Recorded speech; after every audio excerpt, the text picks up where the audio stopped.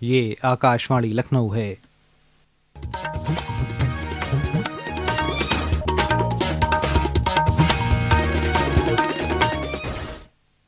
इलाकाई खबरों के साथ मैं आमिर हुसैन सिद्दीकी। वज़ीर आला योगी आदित्यनाथ की सदारत में कल लखनऊ में रोड सेफ्टी को लेकर एक आला सतही मीटिंग हुई। मीटिंग के दौरान वज़ीर आला ने कहा कि सड़क हादसात ज़्यादातर बेदारी की कमी से होते हैं। ऐसे में तमाम अज़ला में रोड सेफ्टी से मुताल्लिक़ खुसूसी मुहिम चलाई जाए। वज़ीर आला ने अफसरान को हिदायत दी कि वो सड़क की हिफाजत की कोशिशों के पेशरफ्त का जायज़ा लेने के लिए सरकारी सतह पर 2 हफ्तेवार मीटिंग करें। उन्होंने स्टंटिंग, स्पीडिंग और नशे में गाड़ी चलाने की रोकथाम के लिए मौसर इक़दामात की हिदायत दी। मीटिंग के दौरान ट्रांसपोर्ट कॉरपोरेशन से कहा गया कि वो इस बात को यकीनी बनाएं कि सिर्फ मुनासिब फिटनेस वाली बसें ही सड़कों पर चलें और ड्राइवर और कंडक्टर की बाकायदगी से सेहत की जांच होती रहे। वज़ीर आला ने यह भी हिदायत दी कि सड़कों पर ब्लैक स्पॉट्स की निशानदही करके ज़रूरी कार्रवाई की जाए। वज़ीर आला योगी आदित्यनाथ ने कहा है कि अल नीनो के असर से आने वाले बरसों में फसलों पर असर पड़ सकता है, इसलिए रियासत को अभी से ग़िज़ाई तहफ़्फ़ुज़ की तैयारी शुरू कर देनी चाहिए। कल लखनऊ में हुई एक जायज़ा मीटिंग में वज़ीर आला ने Uttar Pradesh data centre cluster, project Ganga और अंदरूनी मुल्क गंदम की प्रोसेसिंग को फ़रोग़ देने के लिए मार्केट फीस में छूट जैसे मसाइल का जायज़ा लिया।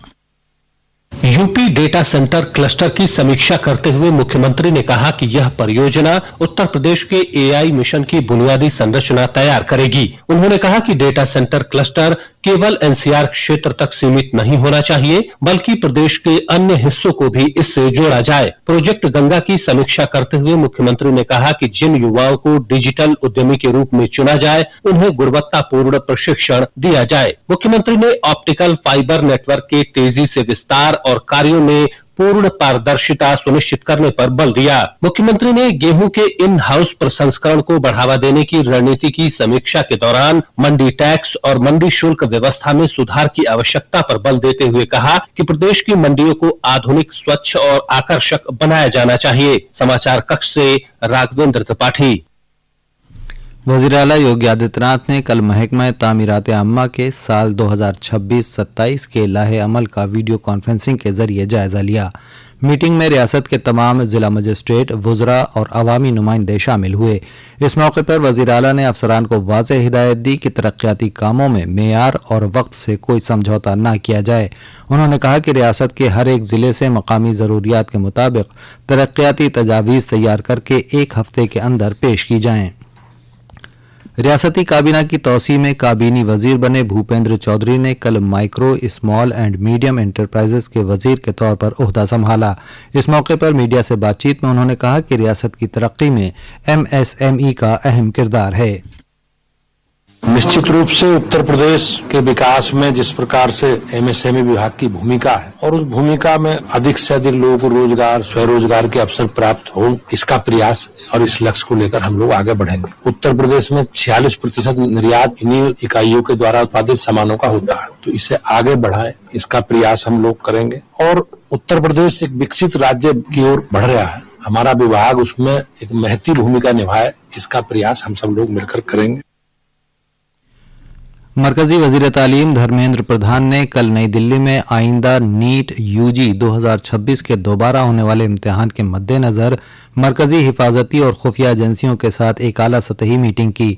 मीटिंग में जनाब प्रधान ने इम्तिहान को महफूज, गैर जानिबदाराना और शफाफ तौर पर कराने के लिए सख्त निगरानी और पुख्ता हिफाजती इंतजामात की ज़रूरत पर जोर दिया।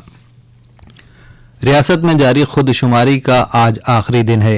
रियासती मरदमशुमारी के डायरेक्टर और चीफ प्रिंसिपल मरदमशुमारी अफसर शीतल वर्मा ने लोगों से आज भी खुदशुमारी में बढ़ चढ़ कर हिस्सा लेने की अपील की है।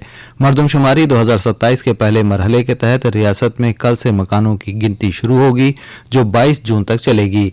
इस दरमियान कल सुप्रीम कोर्ट ने मरदमशुमारी 2027 के तहत ज़ात पर मबनी मरदमशुमारी कराने के मरकजी हुकूमत के फैसले को चैलेंज करने वाली अर्जी को खारिज कर दिया। अदालत ने कहा कि यह मसला हुकूमत के पॉलिसी दायरा कार में आता है। चीफ जस्टिस सूर्यकांत की सरबराही वाली बेंच ने कहा कि पसमानदा तबकात के लिए फलाही इकदाम करने के वास्ते हुकूमत को उनकी तादाद जानना जरूरी है। रियासत में शदीद गर्मी और लू से लोगों की जिंदगी मुतासिर हो रही है। बांदा कल 48 डिग्री दर्जा हरारत के साथ रियासत का सबसे गर्म जिला रहा, जबकि हमीरपुर और प्रयागराज में पारा 46 डिग्री सेल्सियस को पार कर गया। महकमा मौसमियात ने कल तक रियासत के बाज़ मकामात पर शदीद लू का रेड अलर्ट जारी किया है। इसके साथ ही आकाशवाणी लखनऊ से इलाकाई खबरों का ये बुलेटिन खत्म हुआ।